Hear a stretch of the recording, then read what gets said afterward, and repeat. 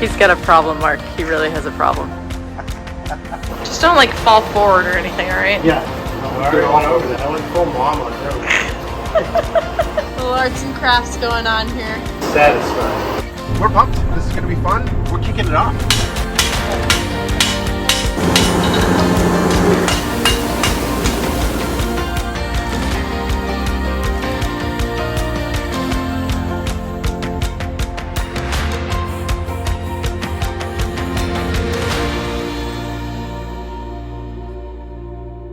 So we are here in Elkhart at Grand Design. We love being able to get involved in stuff while we're here in town, and we were really excited to be able to join in on a volunteer event with Lippert Cares at Hannah's House, which is a nonprofit pregnancy support center right here in town. Such a great time, and we were so thankful that some of our FOS crew members were able to join us. Also, while we were here, we were able to install that solar panel we were talking about. Lots of little parts and stuff just to install one solar panel. A lot of stuff. A lot of anxiety. We're gonna get it though. I like these super thick wood screws so they get a good bite, you know, because they're supposed to hold that on, you know, with it going down the road at 70 miles an hour. Butyl tape under the feet, you know, just to keep another seal. That self-leveling sealant around the whole thing after the fact. We'll see how it goes. This will be my first install. There's 4 up there already, but I didn't do that install. This one's the new one right here. Those 4 existed already. And this is kind of how I'm gonna do it. I've placed the panel where I want it, and I used this cool method with the drone to figure out, you know, the best placement originally. Then I'm gonna mark these holes. Where I mark these holes, I'm gonna pre-drill, and then I'm gonna pull this away, clean up, put butyl tape underneath this right here, and then after that I screw it down, then I will put the self-leveling around this like those other ones are. I have a nail and some scissors. And the ground support. Yeah, ground support. I cut a piece of tubing that I'm going to attach at the end of this so I can get behind this. Otherwise, I wouldn't be able to reach this all the way behind like I need to.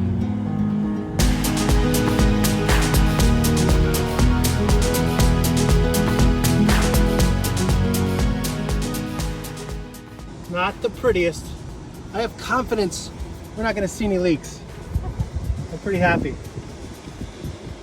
I'm happy to be done with it.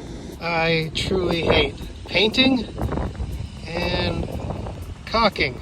It's just a sticky mess.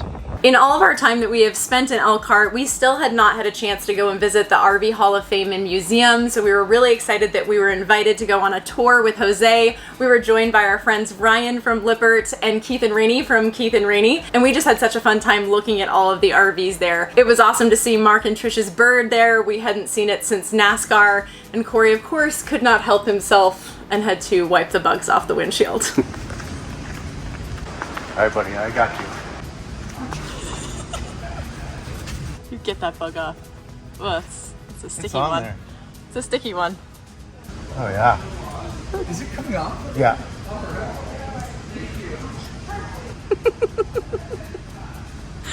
Oh man. He's got a problem, Mark. He really has a problem. So I'm so glad we actually took the time finally to go there. They're opening up a brand new wing, so if you've already been there, go back. And yes. One more thing that they're going to do is they're going to put all of the RVs in chronological order. Since when they opened, they just started adding things. It used to be in a chronological order, but you know, they've added stuff. So that's going back in chronological order. I think it's going to be really awesome. And one more thing to note about that place is you can stay a couple nights there or a night there, and they actually have a dump there. All right, so one huge frustration for me is hooking the trailer up to the truck and realizing I forgot to get gas.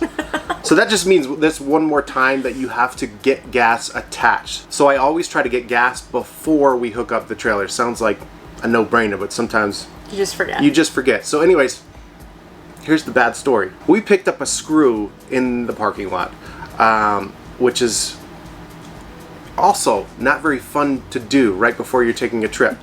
So I would normally just patch it myself, but I just sprayed it with some cleaner to see if it was leaking. It wasn't actually letting out any air. So we contacted a discount tire that's on our way, not far away, and they were able to get us right in. And I prefer the way they do it. They take the tire off and they patch it from behind. It's just a much better job. So that's where we're headed to right now. Yeah. We don't need a destination, let's go where the river's taking us.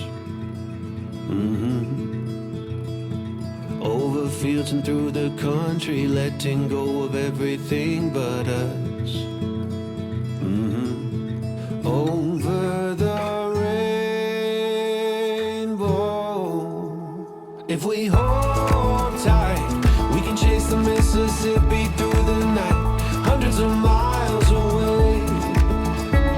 The water is warm, let's dip our toes right in and be reborn. I don't know why we'd wait. Grab sunglasses and the atlas, we can prove we're smarter than a phone. Okay, Discount Tire is awesome. They had us in and out of there in just about an hour, even though we just called literally like 45 minutes before that. They're so great. Yeah, it's just handy because it's nationwide. It was free. There was no extra warranty package we had to buy. We just bought the tires from them, and I didn't even know that was free. Anyways, it was free. This is not an ad for them. We don't work with them. We just like the company. It's convenient. And their customer service is always excellent. It's worked great always. for us. Even if your hometown doesn't have it, if you plan on traveling, it is definitely handy to use a Discount Tire because they are nationwide. I think only except for the East Coast. Even there's one variation, I think it's American Tire. It's called something else, but it's the same California company. Yep. In Arizona or something. And they keep they keep all of your records on hand, so all you have to do is call and they know exactly what tires you've got on your rig or on your trailer, and they'll do everything they can to get you whatever you need. It's fantastic. So I'm not a fan of cities. I think I've made that pretty clear. But coming up on a city that has that just massive arch it's impressive because you can see it from miles away. We still haven't stopped and seen it yet. Just because I'm sure eventually we will. At some point we will. Maybe even this trip we will, but right now we are on our way. I'm going to talk about it in a second. I brought up a knife. I'm going to get back to that. But first, it's kind of hard to leave our Elkhart family. Like, it seems weird saying that, but it seems like we're there at least once a year now. And the people there, they just make us feel like we're at home. It's just a lot of fun. It's amazing. We've just become very involved with the people that we work with our partners out there, and it's just wonderful, and we love them, and it's always really sad to say goodbye, but we always love being able to know that we're going to be back another time. It's become one of those like road traditions that we've always talked about. Yeah. It's funny that Elkhart has now become one of those places like the ranch or the outpost or my grandmother's house, those types of things. But business is done. Personal stuff is done, like going back home. We were just in Maine, getting the girls' licenses and permits, and medical stuff and all that stuff. It's party time now. That's right. So this is like season 7.5. We're moving on. Like, this is the start of the rest of this summer's adventure, basically right now. So we're gonna kick it off with Charles. He is going to forge us a knife, and I'm not sure what all is involved with that, but I'm pumped. It's just another form of artistry. Yes. And that's what I love about every different profession. It's art. Charles and his wife live outside of St. Louis, and Big River Forge is his business, so we're really excited to go and see what he does and what his artistry involves. Exactly. This is just, I'm fascinated by metalwork. Jeez. Oh, it was a Corvette racing. It wasn't a screech braking, it was a screech. We're going fast. Anyways, I'm fascinated by metalwork. I don't do any of it myself. I like woodworking and all that kind of stuff, but I haven't really got into metalwork, so I'm really excited to see what all is involved in this. So we're pumped. This is going to be fun. We're kicking it off.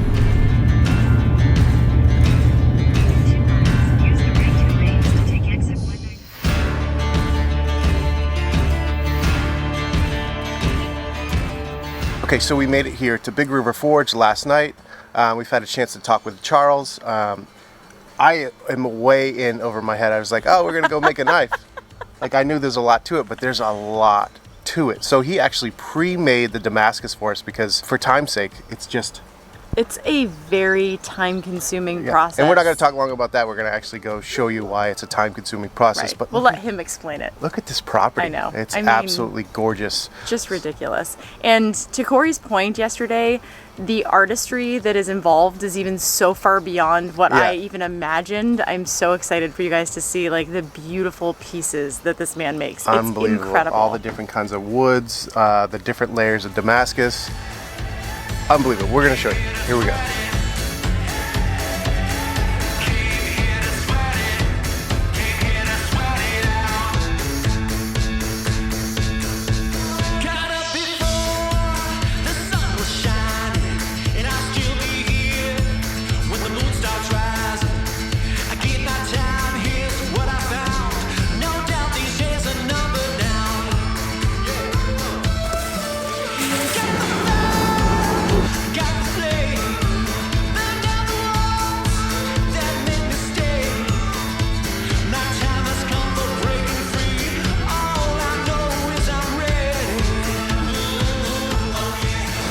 Right now.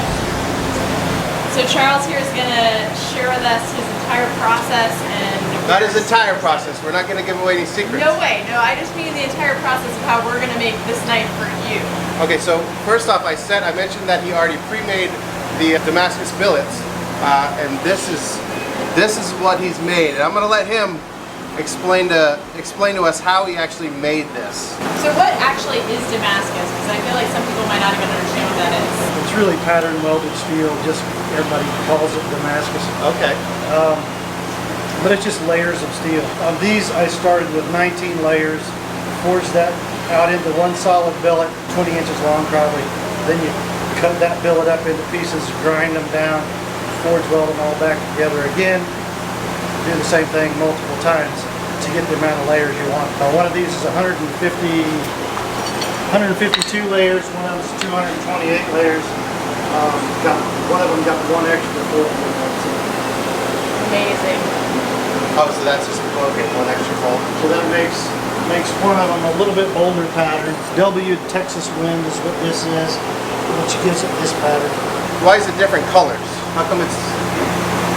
The different colors is the dark steel, in this particular case, is a 1084 steel.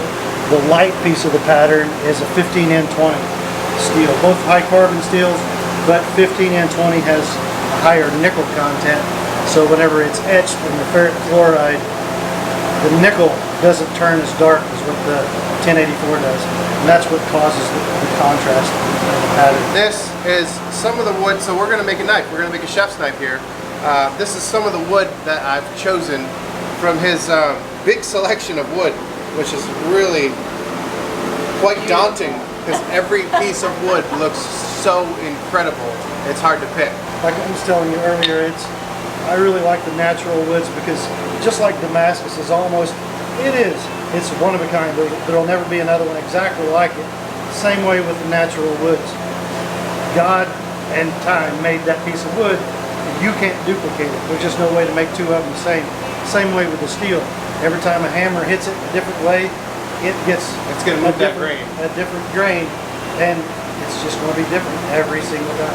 Literally one of a kind. Just like you, babe. There's Just no like other me. Corey. Thankfully. It says 1 in a million, so there's a chance. There's a chance. So you're telling me there's a chance. So you're telling me there's a chance? Yeah! So you're going to show us a little bit the start process of where those billets you're talking about with the 19 layers that you made and made the billets, and then you go to this. These pieces are all the original 19 layers that I was talking about that gets all drawn out into one billet. So then you cut that up, restack it, grind all the surfaces clean, and then restack it like this. So this has 19 layers? 19 in each one of those. So this was just that and then doubled after that to make this one. Just like this to make 76, and then it was cut 2 times to make 152. Right. I have to write it down. Oh yeah. Oh yeah, you lose your mind. Ben Franklin said, my memory's only as good as my pencil. Me too. This is just where the process always starts, is drawing a picture to scale of what you're going to make. That way you've got something to compare it to. I mean, if you just say, and some people will say, oh, the steel will tell you when it wants to be. I've never heard it say that. I've always had to tell it when You've I been want listening it. too, right? Yeah, I haven't heard it yet. I've tried. It always has to start with a drawing of what you want it to be. So that'll get it welded back together, go back in the forge. Okay. Get up to welding temperature again, which is 2,600 degrees, somewhere in that range. 2,600? Yeah. Wow. Yeah, so it gets a little warm. And then it goes back to the press and gets turned into a billet. You got a lot of equipment in here. You've got 100-year-old anvils. You got some old stuff. It's just really impressive. You got new technology.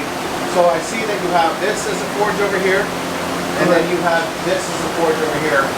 What defines which one you're going to use? That's a good point. Making Damascus, I always use the gas forge because it's cleaner for one. Coal, you got coal dust and ash to deal with. Okay. So it's cleaner, but also you can heat up more of the billet at a time. In a coal forge, you can heat up maybe 6 inches of it at a time. Okay. With the gas forge, I can heat up 20 inches at a time. But then once the billet's built, and it's a piece of steel now, and you're getting ready to make a knife, then I turn the gas off. Some people use gas. I turn the gas off and come over and start on the coal. Okay. Because for some reason, I don't know the science behind it, but steel moves completely different in a coal fire versus a propane fire. Okay. I don't know why. Coal gets hotter faster, no doubt about that, but coal is also a carbon product, so it's adding carbon to the steel, which you need to make it hard. Okay. Propane is not, so it's constantly stealing carbon from the steel. That's the way I see it. I'm no scientist. I don't know that that's a fact. It sounded pretty scientific to me. Yeah, it makes sense to me. Yeah. So you're actually just using different forges through different processes in the Correct. knife. Yeah. Right. Now, how old is this unit here? Is this an antique or is this just the way they make it still? Yeah, that's probably, I guess that's early 1900s. Early The 1900s? forges to late 1800s, early 1900s. 1800s, you said, maybe? Oh my gosh. Yeah, that was it's a Champion 400 blower. They've been around forever. It's really kind of a standard. Wow. So we've got history, we've got science, we've got art, we've got math. This is everything. This is pretty much- everything. Let's avoid the bad. Yeah, in the history thing, that's one of the things that really, I don't know, thrills me, I guess, whatever you call it, about making knives like I make. Because I really, honestly hope that 150 years from now, great-great-grandkids are going to be talking about how my great-great-grandma had this knife made for grandpa whoever, and that's been passed down for generations. Oh, that's a great legacy. Because it happens. It's the way it works. Yep. I mean, there's still knives made by James Black that made the Bowie knife, the original Bowie knife. They're still out there. Yeah. I mean, steel don't just go away unless it lays in the ground and rusts away. Yep. So there's no reason it won't be here in 200 years if somebody takes off a good photo. I love that. What do you think, Ready to get Lo? dirty? Well, It's going to get dirty in here. yeah, I know. Are you show her what we're using? Well, look over here. Oh. You see this number here? That's how many layers are in this piece of steel right here. 152, and then you see how they get a little tighter over here? 228 layers of steel right here. Wow. Make the design. So pretty.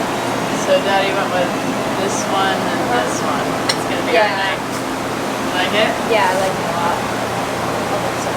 This is a desert blackwood? Desert ironwood. Desert ironwood. Dang it. So close.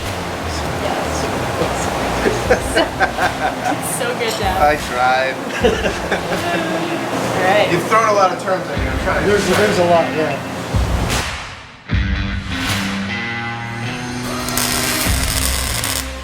Got my welding sandals on. Yeah.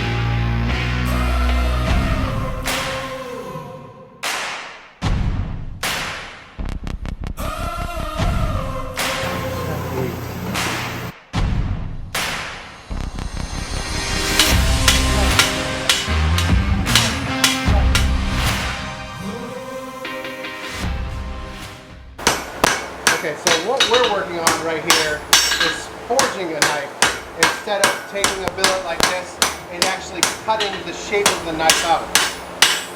So you end up wasting a lot more material if you just simply cut the shape out. So not only does he forge knives, but he shears stuff off instead of just grinding out because you waste steel.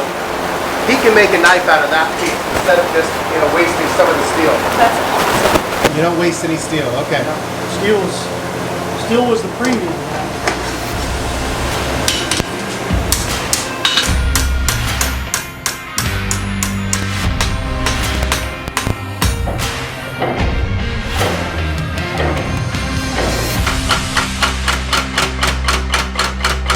So this is 110 years old. Super quiet. You turn this thing on, it's like, wah! This is brand new. That thing is, that's a weapon. Amazing. I love that thing.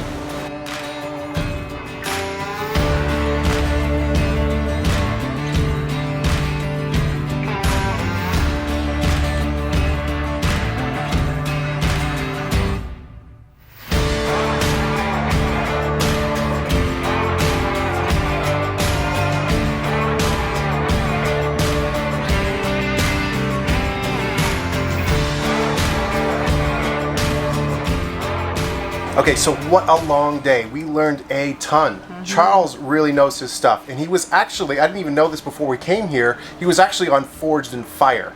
So cool. So I kind of had to take a break from filming in there because I think almost all of that audio is probably not that good. It is so loud. There's like 10 different fans going. There's a lot of action going on out there. So he actually shared with us his favorite knife, and he actually just made it, and it's out of walrus tusk. Besides the Damascus blade, obviously, but that's just crazy. So beautiful.